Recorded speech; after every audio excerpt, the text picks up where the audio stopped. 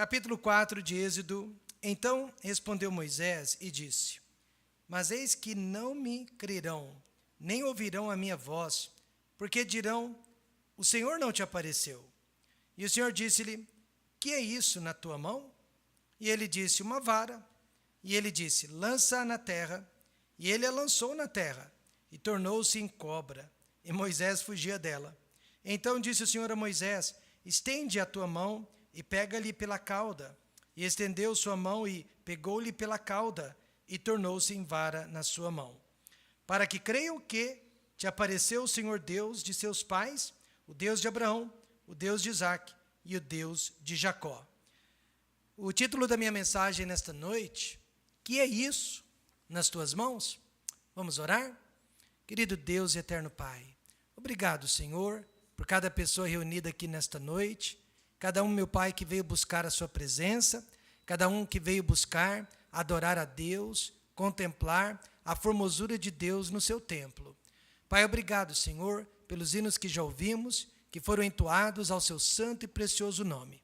Mas agora, meu Pai, nós chegamos à hora mais importante do culto, que é a hora que entregamos a palavra de Deus. Dá-nos ouvidos, dá-nos corações, dá-nos atenção. Fale com cada um, meu Pai, que nada venha nos distrair, mas que todos nós sejamos tocados nesta noite pelo poder da palavra de Deus. Pois é no nome de Jesus que oramos agradecidos. E se há alguém em nosso meio que ainda não seja salvo, que ainda não tenha Cristo como Senhor e Salvador, que nesta noite possa ser o dia da salvação desta pessoa.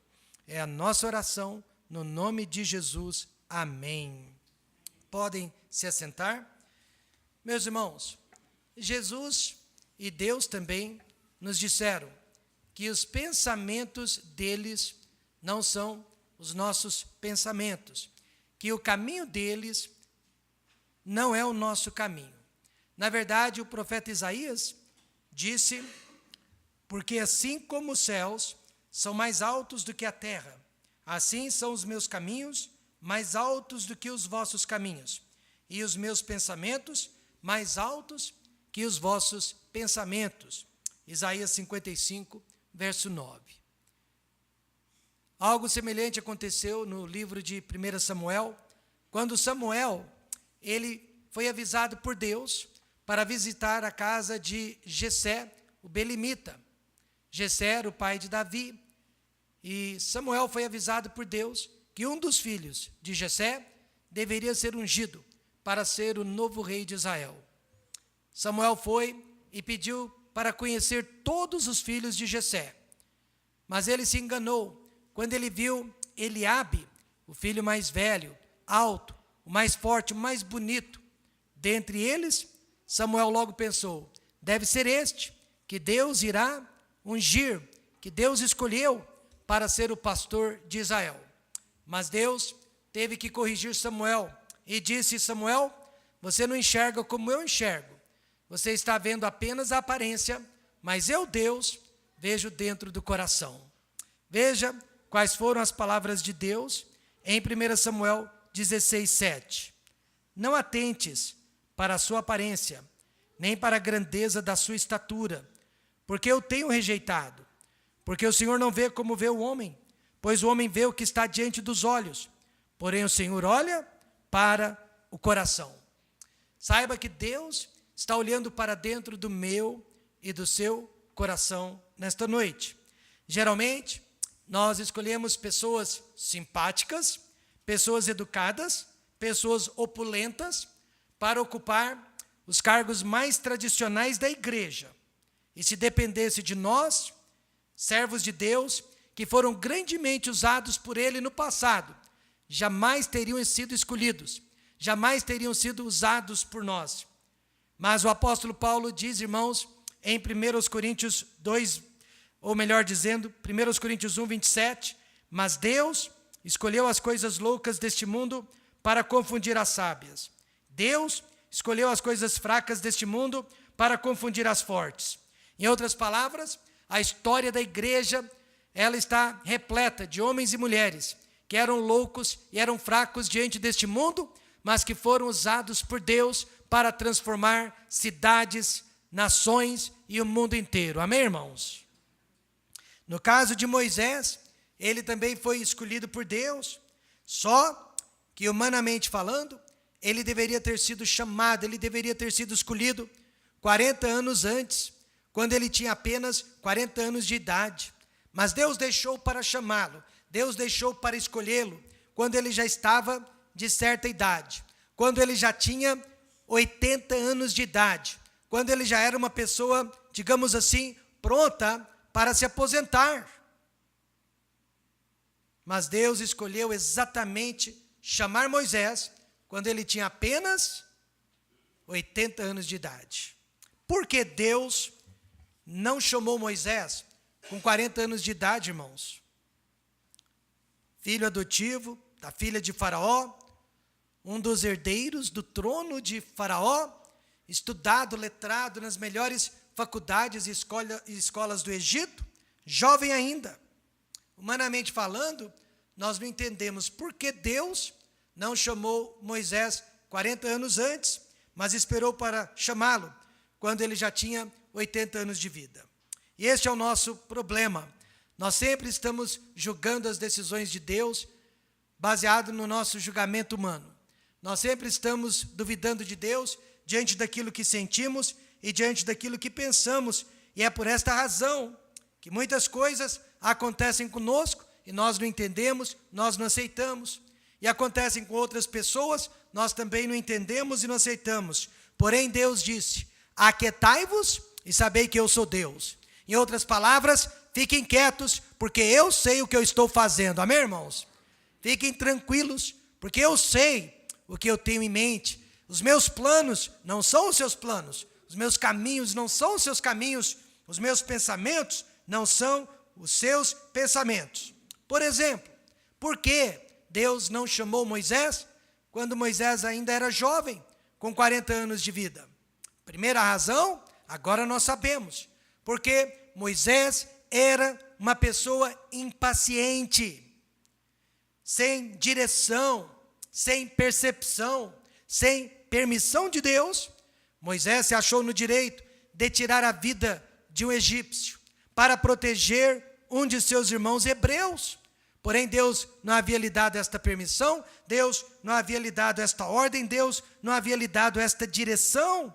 Moisés, ele matou aquele homem, porque ele era uma pessoa impaciente. E isto lhe custou 40 anos de fuga, 40 anos no deserto, 40 anos fugindo de Faraó, da lei do Egito. Depois de 40 anos na escola do deserto, Moisés, irmãos, se tornou finalmente um homem paciente.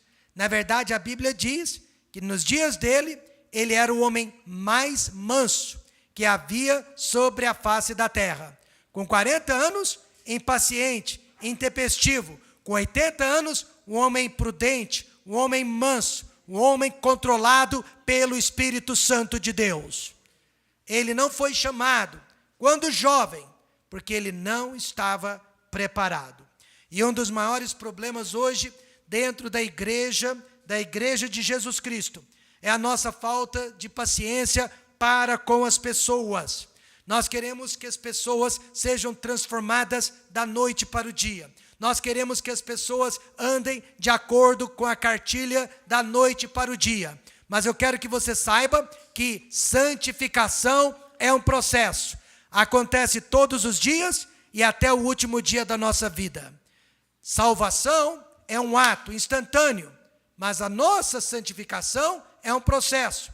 E nós estamos melhorando, e nós estamos nos aperfeiçoando, e nós estamos fazendo a vontade de Deus todos os dias. Amém, irmãos? E ninguém aqui ainda chegou à perfeição, porque isso só vai acontecer na eternidade.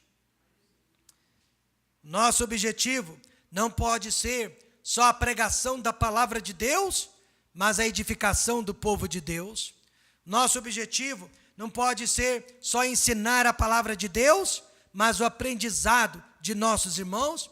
Nosso objetivo não pode ser apenas fazer acampamentos, mas a transformação das pessoas. Nosso objetivo não é apenas cantar, mas levar a igreja a louvar a Deus. Nosso objetivo não é apenas orar, mas aproximar os nossos irmãos do Senhor Jesus Cristo. Mas a pessoa impaciente, ela odeia trabalhar com pessoas e ela adora realizar ministérios, ela adora fazer atividades, mas preferivelmente sem mexer com pessoas. Porém, eis aqui o segredo. Se Jesus conseguiu conviver 3 anos e meio com 12 homens rudes, com 12 homens rebeldes, dentre eles um traidor chamado Judas, certamente eu e você podemos também tolerar uns aos outros e convivermos uns com os outros. Certo senhor de idade foi repreendido severamente pelo seu supervisor, que tinha idade para ser filho dele, um menino, repreendendo um homem de idade severamente. Um dos colegas de trabalho viu aquela cena, não gostou. Chegou para o homem de idade e disse: como você conseguiu ser humilhado por esse moleque? Como você aceitou a repreensão de um moleque? E aquele senhor de idade disse: meu amigo, se o meu chefe tem que conviver consigo mesmo pelo resto da vida, sendo do jeito que ele é, certamente eu posso suportá-lo por algumas horas do dia. Isso é sabedoria, amém, irmãos? Isso é paciência. Portanto, Moisés não tinha essa paciência para lidar com o ser humano, para lidar com o povo de Deus. Por isso ele não foi chamado 40 anos antes. E além de impaciente, aos 40 anos de idade, Moisés era individualista. Ele queria fazer tudo sozinho, não precisava da ajuda de ninguém. Ele se achava poderoso, capacitado, autossuficiente. Mesmo com 80 anos de idade, ele ainda era assim. Mesmo com 80 anos de idade, ele tentou fazer a obra de Deus sozinho. Eu quero que você saiba, nesta noite, quase 2 meses depois que estamos aqui, eu não quero e eu não vou conseguir fazer a obra de Deus sozinho. Amém, irmãos? Cada um de vocês é importante para ajudar, para cooperar, para que esta obra possa ir para frente. Mesmo porque não é obra do homem, é obra de Deus. Moisés foi repreendido pelo sogro dele, Jetro. Jetro lhe chamou a atenção e disse: Moisés, você está se prejudicando e prejudicando este tão grande povo, tentando fazer tudo sozinho. Escolha hoje outros homens sábios, cheios do Espírito Santo, para que possa ajudá-los nesta tão grande obra. Sabe, o mundo chama os individualistas de líderes, mas Deus, a sua palavra, os chama de egocêntricos. Moisés precisava de ajuda, mas ele preferia trabalhar sozinho. No primeiro mês de vida do Templo Batista Maranata de Goiânia, a nossa igreja mãe, nós iniciamos aquela igreja num pequeno barracão na Vila Canaã, no fundo da minha casa. Já naquele primeiro mês de vida, nós ganhamos algumas almas para Cristo, um vizinho chamado João Carlos, um homem alto, forte. E já naquele primeiro mês de vida, a igreja contava com a ajuda deste homem. Na época, ele era perdido. Quando nós abrimos a igreja na frente da sua casa, ele disse para um cunhado: está aqui mais uma igreja para tirar dinheiro de nós. Está aqui mais uma igreja para roubar as pessoas. Sua esposa começou a vir na igreja, ela aceitou a Cristo, seus filhos aceitaram a Cristo, mas ele não. Mas todas as vezes que eu via, eu convidava para ir à igreja, eu convidava para assistir a um culto. Certo dia ele me pegou pela mão, bravo, nervoso, e ele disse: eu vou uma única vez na sua igreja, mas me prometa que nunca mais você irá me convidar. Eu prometi. Eu disse para ele que uma vez era tudo que Deus precisava. Amém, irmãos? Ele foi à igreja no domingo à noite. Na verdade, ele entrou no nosso barracão no domingo à noite. Nós cantamos, nós oramos e eu preguei a palavra de Deus. Depois que eu terminei de pregar, eu fiz um apelo Só havia ele e mais um outro jovem visitando-nos naquela noite. E eu podia perceber que durante o apelo, o João Carlos segurava na cadeira. Ele não queria sair do lugar. Ele não queria vir à frente para receber Jesus.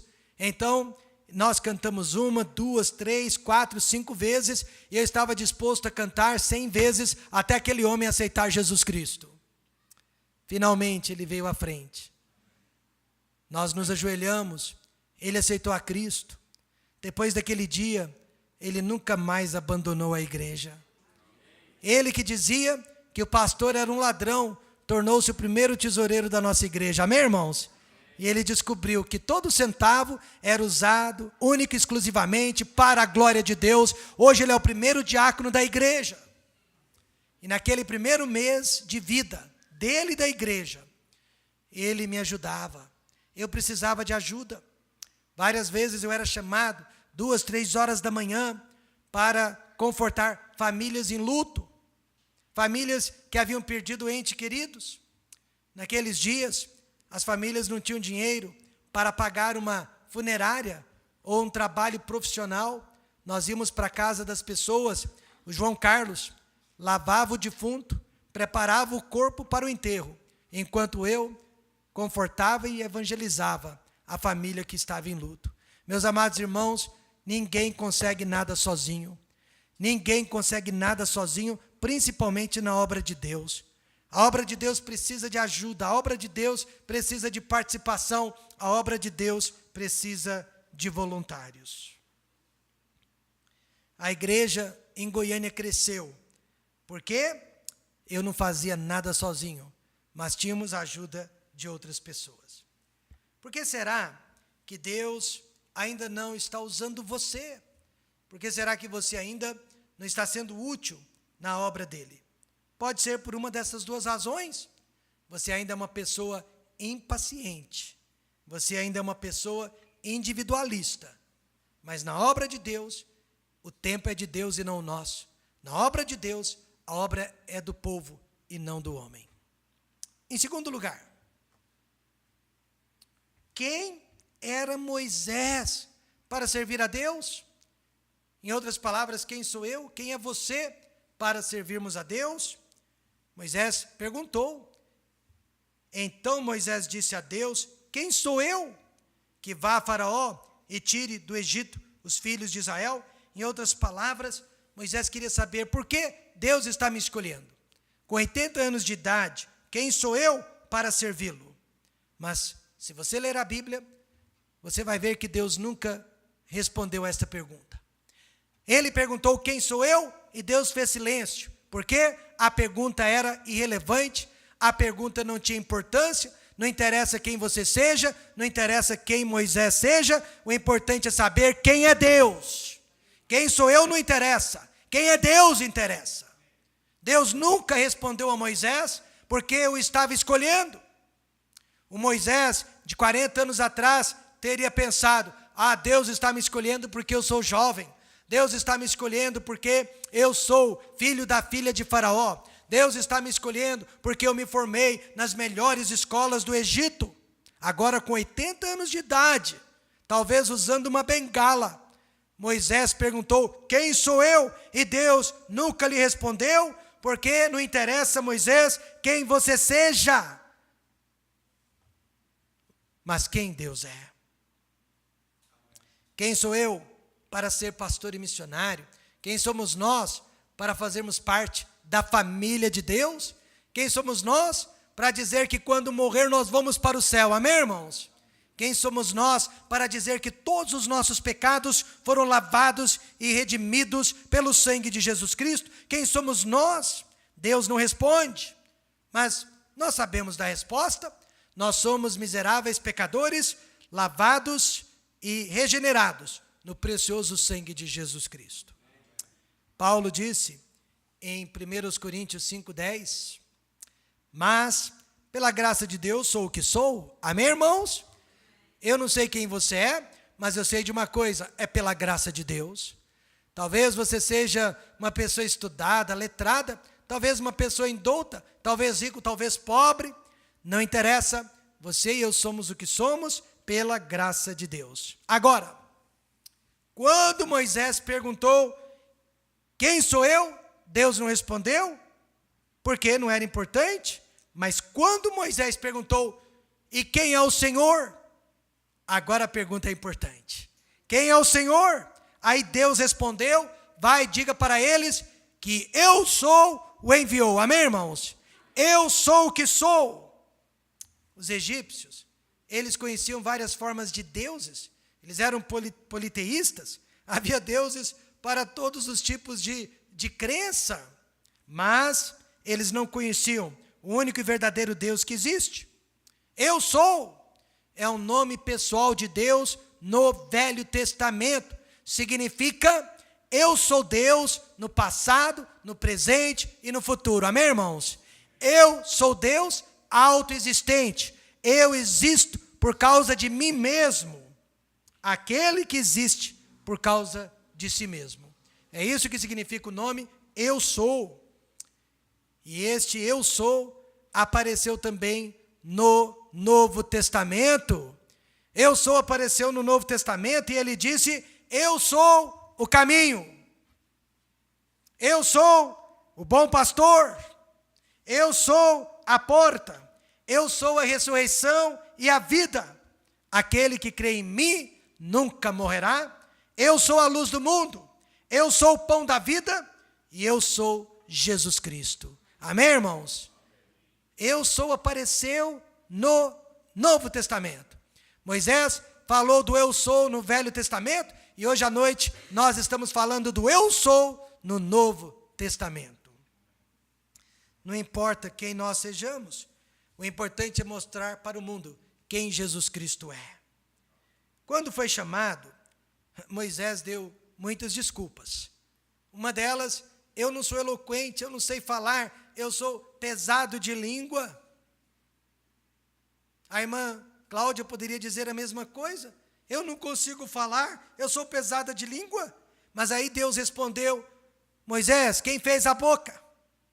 Moisés, quem fez os ouvidos? Moisés, quem fez os olhos? Moisés, quem fez o mudo, quem fez o cego? Eu sou, amém, irmãos? E nesta noite talvez você esteja dizendo, eu não sirvo para servir a Deus, porque eu tenho um passado que me condena, um passado que me persegue. Mas Deus diz, eu sou capaz de perdoá-lo, eu sou capaz de restaurá-lo, eu sou capaz de vivificá-lo, amém, irmãos? Talvez você diga nesta noite, eu não tenho talentos, Deus diz, eu tenho. Eu não sou rico, Deus diz, eu sou. Eu não sou forte, Deus diz, eu sou. Tudo aquilo que nós não somos, Deus é. Por isso não interessa o que você seja, você precisa conhecer o Deus a quem você serve. Por esta razão, podemos fazer tudo o que Deus nos pede. Deus nunca vai nos pedir algo que Ele não nos daria capacidade para realizarmos. O importante é Deus e nunca o ser humano. Amém, irmãos? E nunca o ser humano. Isso me faz lembrar de Charles Spurgeon. Ele era o príncipe dos pregadores no final e início do século XX.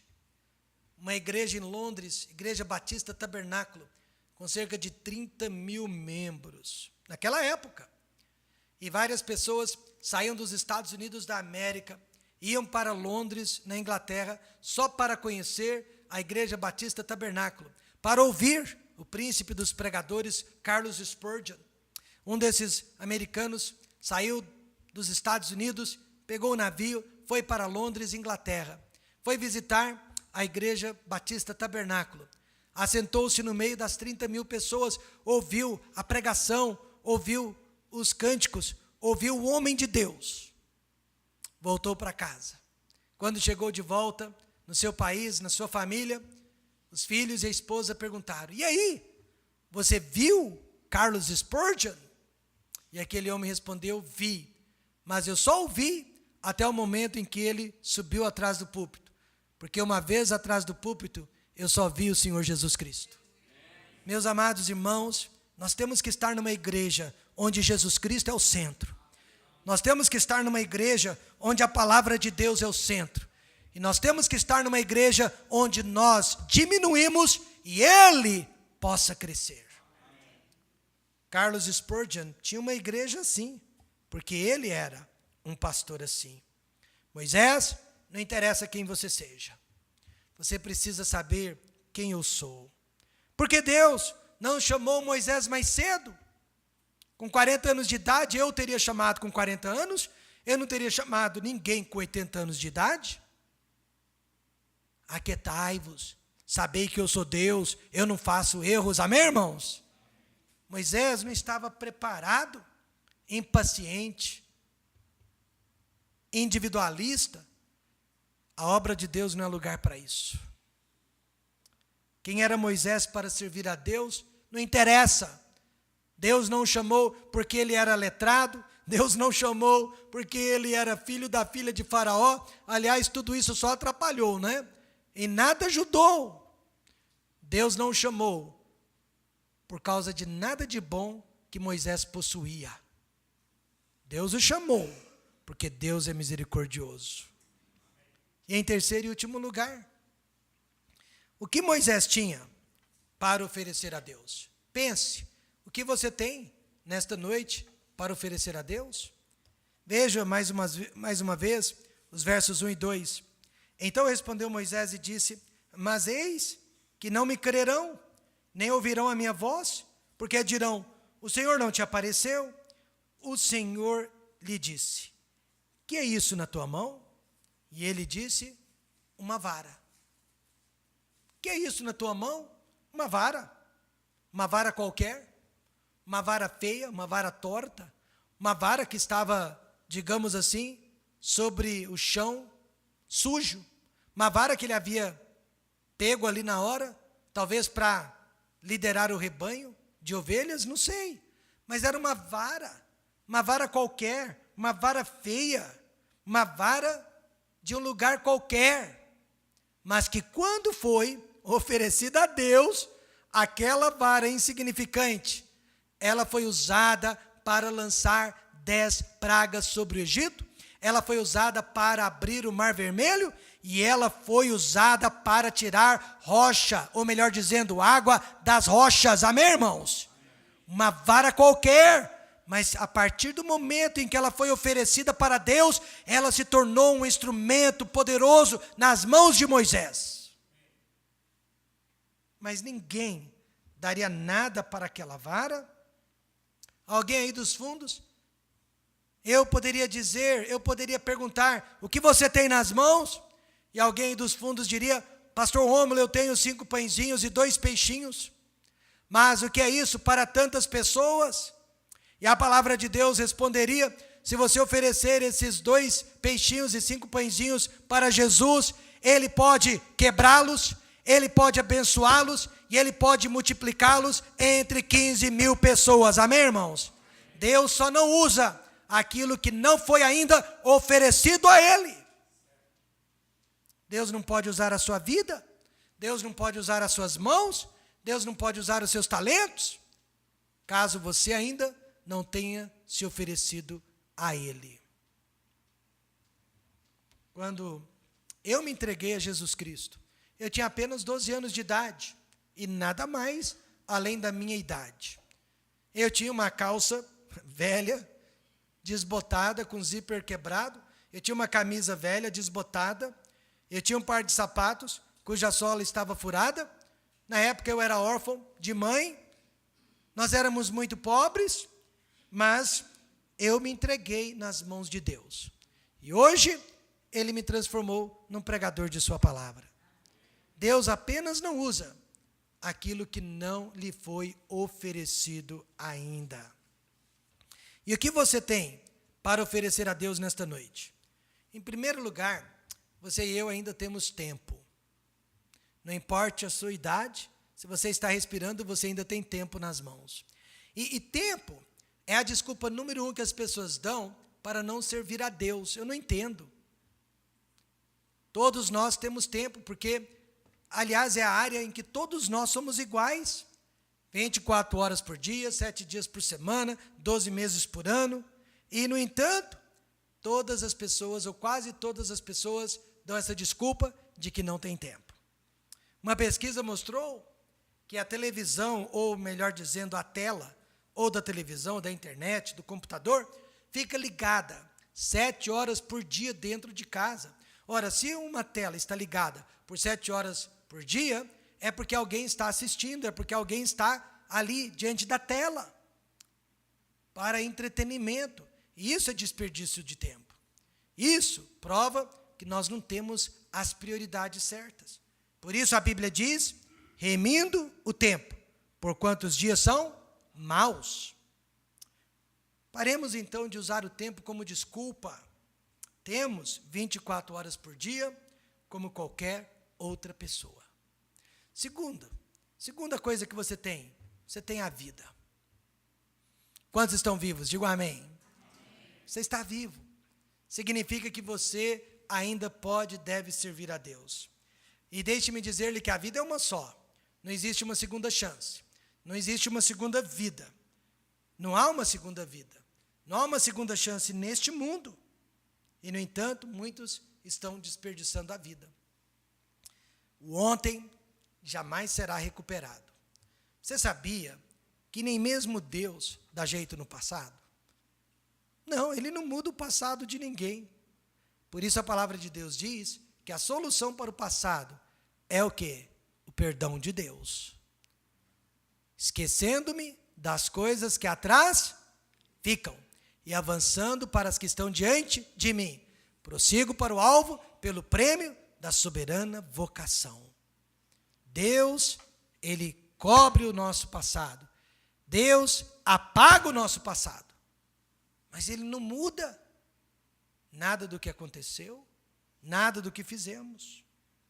Portanto, esqueça o passado. O futuro pode nunca chegar. O amanhã pertence a Deus. Então, eu e você, só temos o dia de hoje. E é só o dia de hoje, é só o presente que nós temos para oferecer a Deus. Não pense que você vai servi-lo amanhã. O amanhã não é teu, o amanhã não te pertence.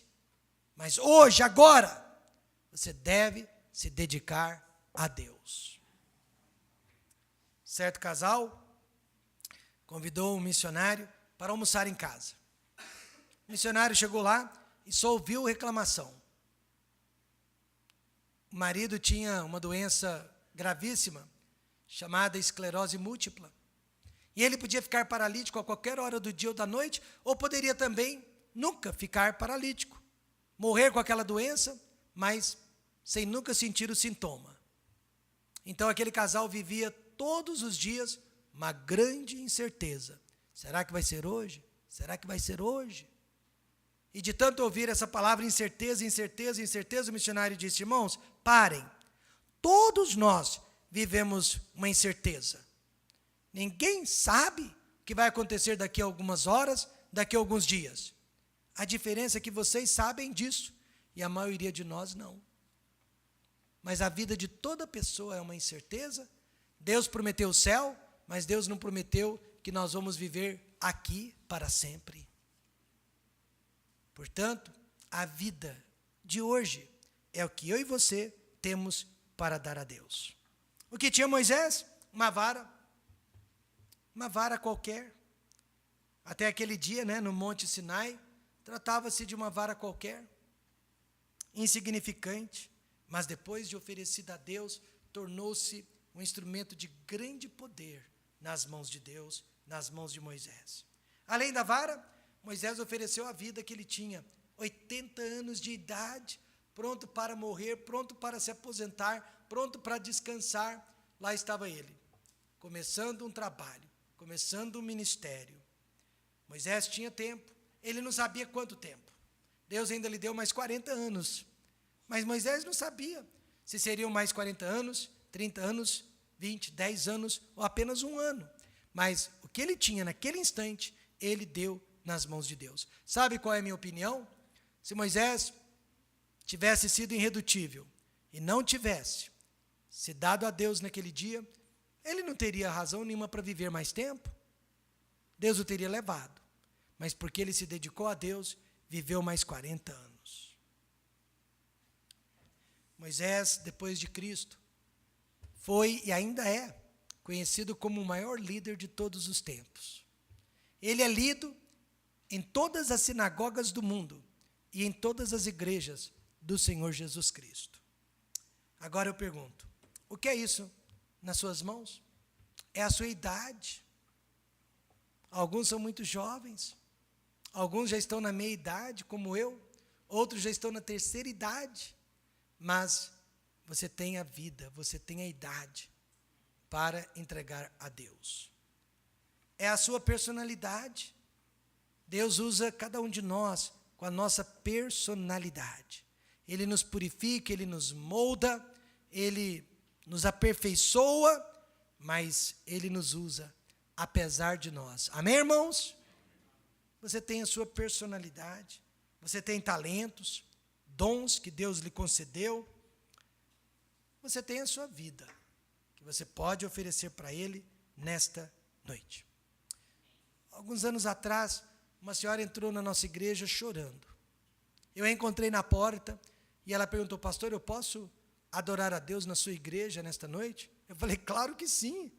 Pastor, eu tenho que pagar alguma coisa para adorar a Deus na igreja? Eu falei, claro que não.